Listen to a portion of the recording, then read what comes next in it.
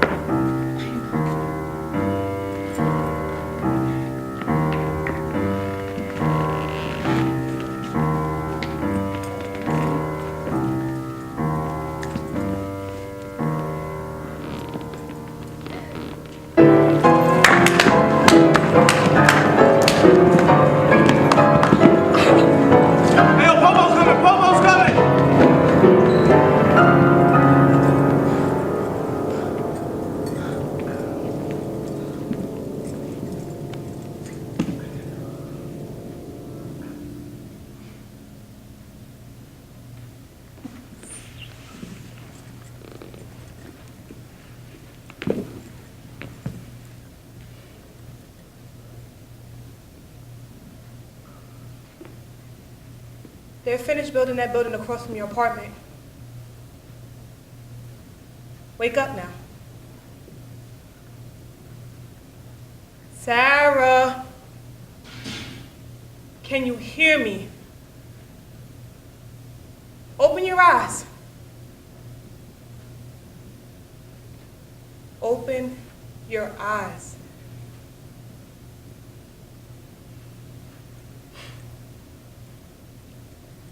They're gonna start you on your therapy tomorrow. Just little stuff. Range of motion, something to get your blood flowing. You've gotta know these cards and letters. I'll read some to you later. Your parents are here. They're doing their best. I think they're doing okay, considering. You getting better makes them feel better. Yeah.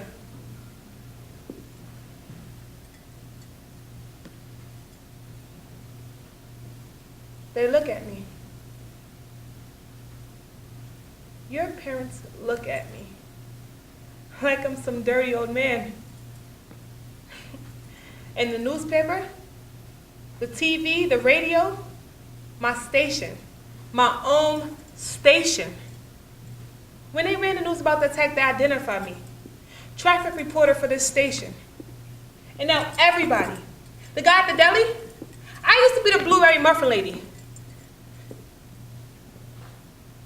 Now I'm the lesbian traffic reporter whose lover got beat up.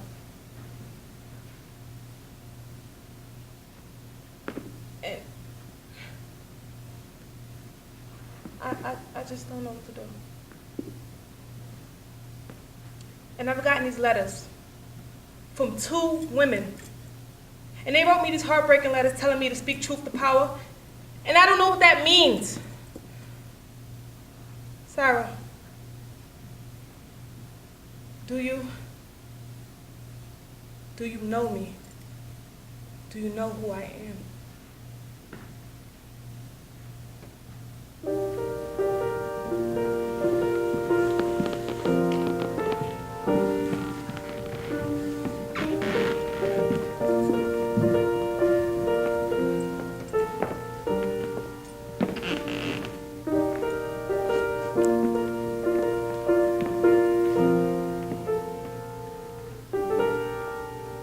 The first time we made love, we were so scared, and I started to cry. It was the first time for both of us, and it hurt.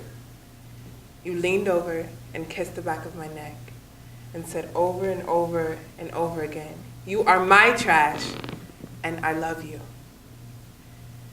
They caught us together out behind the buildings. They were kids, just like us. Kids who didn't own CD players. Kids who grew up with garbage in their backyards. Well, they knocked us around. After a while, they took us to a room, handed us over. They were screaming, "Sand nigger, Indian, bitch." Well, Ramsey went wild. Me, I couldn't move. I couldn't. Then somebody hit me over the head, and I went out. Ramsey was there, and I could hear him, but it was like trying to see through a sheet of ice. When I came to, Ramsey was still going wild. Do you want to know how you died, Ramsey?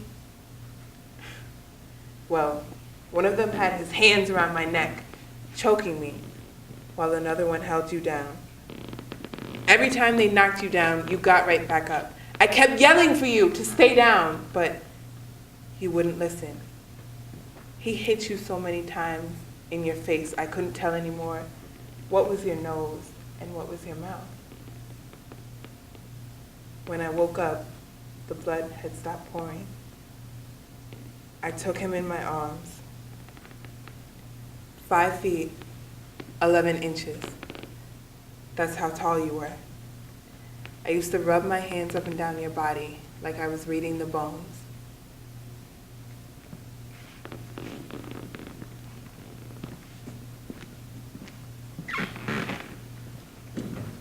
Time!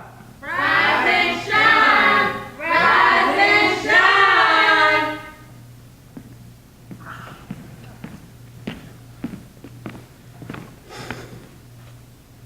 What do you think I'm at?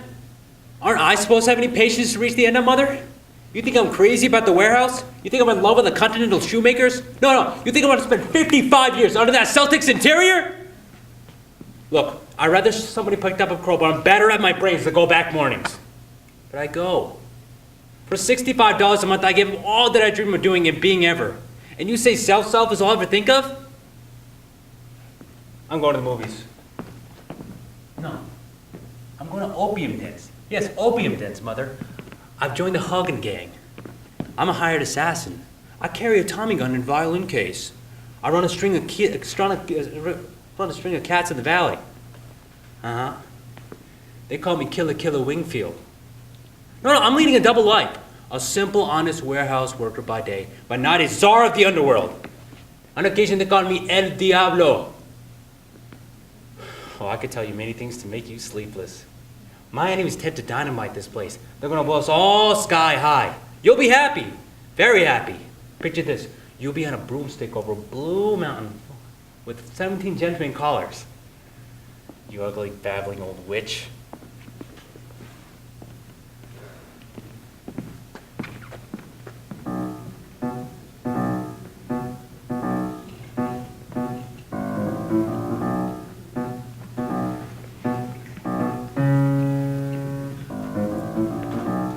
I remember once I was at this concert and there was this chick sitting in the seat next to me. And she was like older, but she was pretty good looking and looked really, really sad. I remember I just washed my hair, which was pretty long then, and I realized it was sort of brushing against this woman when I turned. And I wondered if it was annoying her. But then I noticed that she was beginning to lean a bit towards me when I turned. And also, I saw that she was looking at my hands. I mean, I really wasn't sure, so I rolled up my sleeve. Really slowly. Like this. And I sort of stretched my arms onto the armrest. She was definitely looking at my hands. No question about it. So I was staring at the stage like I was really absorbed in the concert, and I leaned my head just a little bit towards her. Just a bit. Well, first she started to lean her hand over the back of my neck like she was just sitting there. But pretty soon her hands just started really, really gently playing on my hair. Just a bit. So anyway, after a bit, she was really getting into it. You know. She practically just melted over into the next scene with me, and she was crying like crazy, but completely silent. Oh God. It was so weird, like her tears were sort of pouring over the back of my neck, and she was unbuttoning my shirt and running her hand like inside the top of my jeans, just completely sobbing away, but completely quiet. Christ. Was that freaky?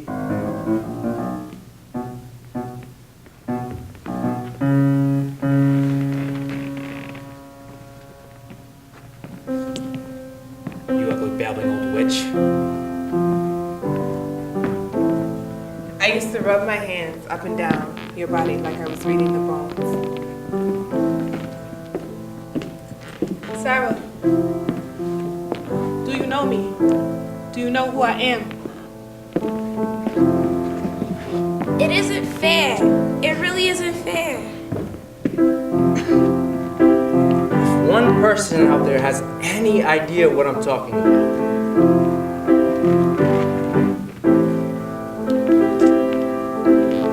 Anthony needed protection I couldn't grant, but what Thomas needed was within my reach, so I gave it.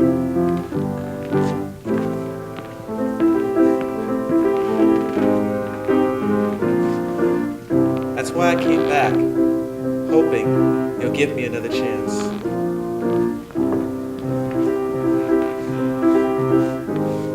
That's options. That's progress.